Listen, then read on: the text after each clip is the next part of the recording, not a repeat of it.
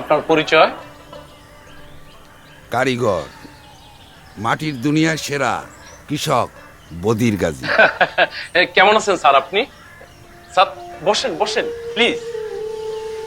আমাদের গল্পটা এমনই হওয়ার কথা ছিল, সম্মান আর ভালোবাসা। আমরা তো গাছের মতো, গাছ অক্সিজেন দেয়, আমরা খাবার। কিন্তু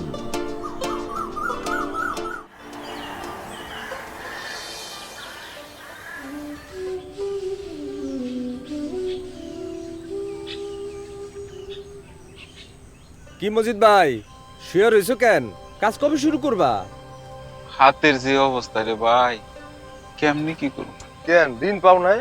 আগে ঋণই তো গলা মনে হয়ে রয়েছে, আবার নতুন করে ঋণ। ও কাকা, মাঠে তো চৈত্রের খরা লাগছে, তা পানি টানি দাও না কেন? কাকা পানি তো নাই। ও নাই, থাকবো কেমনে? একটা খাল আসিল, হেইটারও তো বরট করে ফেলাইছো, এখন বুঝো ঠেলা। হ্যাঁ, পানি ওরে আমি চিন্না দিব না। কি ভাই, শীষ গজায় নাই? শীষ ধান তো সব গরুর ঘাস হয়ে গেছে রে ভাই, আমার সব শেষ হয়ে গেছে। তাহলে অভিযোগ করো। গত বছর লাল মিয়া অভিযোগ করে মাত্র 5,000 টাকা পাইছে। আমাগর হইছে।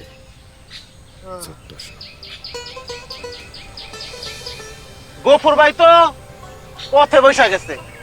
শুনছি আর নাকি জমি জিরা তো আবাদ করবো না। আপনার বীজটা তো ভালো পড়ছে। খালি ভালো বীজ হলে হবে মিয়া, সার লাগবো না। কিরে তোর এবার দাম কেমন হইব? না, লাল হয়ে রয়েছে, কোন ডিলারের কাছে সামনে।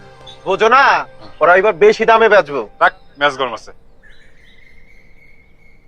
আরে নিজের টাকা দিয়ে সার কিনবো, তারপর লাইনে দাঁড় থেকে কিনবো? কত অসহায় আমরা।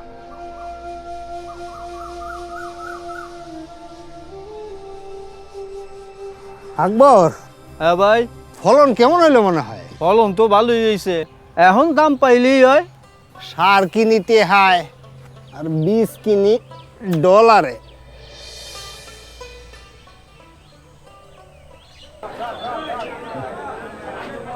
ভাই, বাজারের অবস্থা তো বেশি ভালো না। কত? আরে এর থেকে তো পানির দামই অনেক বেশি আছে।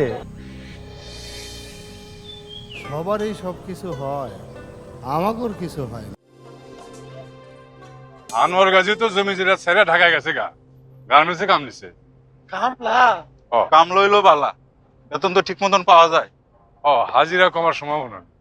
কারণ আজ দেশ জুড়ে কৃষি নিয়ে অসংখ্য সমস্যা। এত সমস্যা দেখে কৃষকের কৃষির প্রতি বিতৃষ্ণা জন্মাচ্ছে। হবে না স্যার, সবাই তো বলে, কেউ তার সমাধান করে। সমাধান জিয়াউর রহমান শুরু করেছিলেন। জিয়াউর রহমান 1979-80 সালে সমাধানের পথ দেখিয়েছেন, কাজ শুরু করেছেন। উনি বীজ অধ্যাদেশ, কৃষি সংরক্ষণ প্রকল্প, কৃষি সংরক্ষণের জন্য গুদাম লোন এবং খাল খননের কথা বলেছেন। আপনারা কি জানেন তারেক রহমানের ভাবনাটা কি? কৃষকদের কাছে যাবেন, কৃষকদের কথা শুনবেন। মহাজনদের কাছ থেকে লোন নেয়, এরকম হয়, এই লোন চক্রবৃদ্ধি আকারে বৃদ্ধি পেতে থাকে, ফলে এটা একটা বার্ডেন হয়েছে, কৃষকের উপর একটা চাপ তৈরি হয়।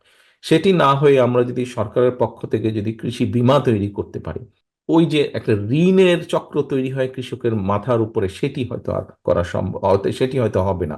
আমরা শহীদ জিয়ার খাল খনন কর্মসূচি আবার শুরু করব। সমবায় ভিত্তিক চাষ পদ্ধতি চালু করা, বিভিন্ন ফসল নষ্ট হয়ে যেতে থাকে, যদি সেই সকল অঞ্চলে স্পেশালাইজ কোল্ড স্টোরেজ করা যেতে পারে। আমাদের দেশে সবসময় বলতে হয় বিভিন্ন তদন্ত কমিটির কথা। এই সমস্ত তদন্ত ফদন্ত বাদ দিয়ে আমাদের যেতে হবে ডাইরেক্ট অ্যাকশনে। আমরা কোথায় যাব, কেন যাব? এ গ্রাম আমাদের, আমরা প্রয়োজনে খাল খনন করব, আমরা ঘুরে দাঁড়াবই। আমাদের সমস্যাটা কি জানেন? আমরা লাভের আশায় সবাই একই ফলন ফলাই। আমাদের চাষ হবে রিসার্চ ভিত্তিক। কোনো মৌসুমি জমি অনাবাদি থাকবে না, মাটি অনুযায়ী হবে শস্য বাছাই। ধানি জমি আলাদা হবে, যৌথ হবে সবজির চাষ। প্রথম ভাগে সজনে ডাঁটা, টমেটো বা পেঁপেটায় 12 মাসি শস্য, আর পরের ভাগে হবে মৌসুমি সবজি। নির্ধারিত জোনে হবে মডেল স্টোরেজ সিস্টেম। পণ্যের চাহিদা মোতাবেক চাষ হবে, চাহিদা পূরণ করে লক্ষ্য থাকবে এক্সপোর্ট করা। বিদেশিদের আকৃষ্ট করতে উন্নত প্রযুক্তি ব্যবহার করা হবে। কৃষকের সব সমস্যার সমাধান এখন এক কার্ডে। বীজের সমস্যার সমাধান পাবে, প্রয়োজন মতো সার পাবে, চাষ সংক্রান্ত সমস্যার সমাধান পাবে, কৃষি বীমা সুবিধা পাবে, কৃষি ঋণ পাবে, সরকারি মূল্যে ফসল বিক্রি, সব ধরনের কৃষি তথ্য পাবে।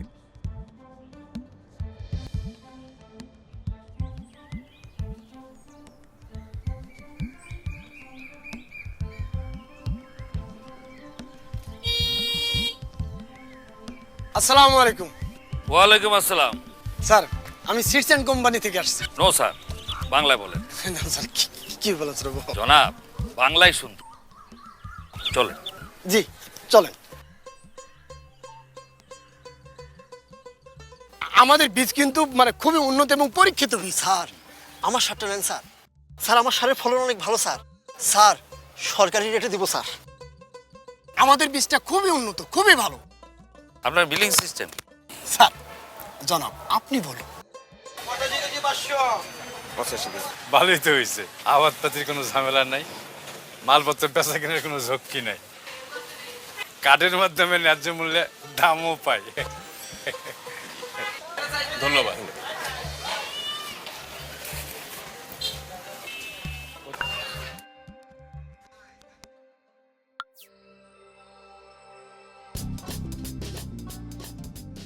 অধিকার, সম্মান ও আশা পূরণের মধ্যে দিয়ে কৃষকের স্বপ্ন বাস্তবায়ন আমাদের অঙ্গীকার।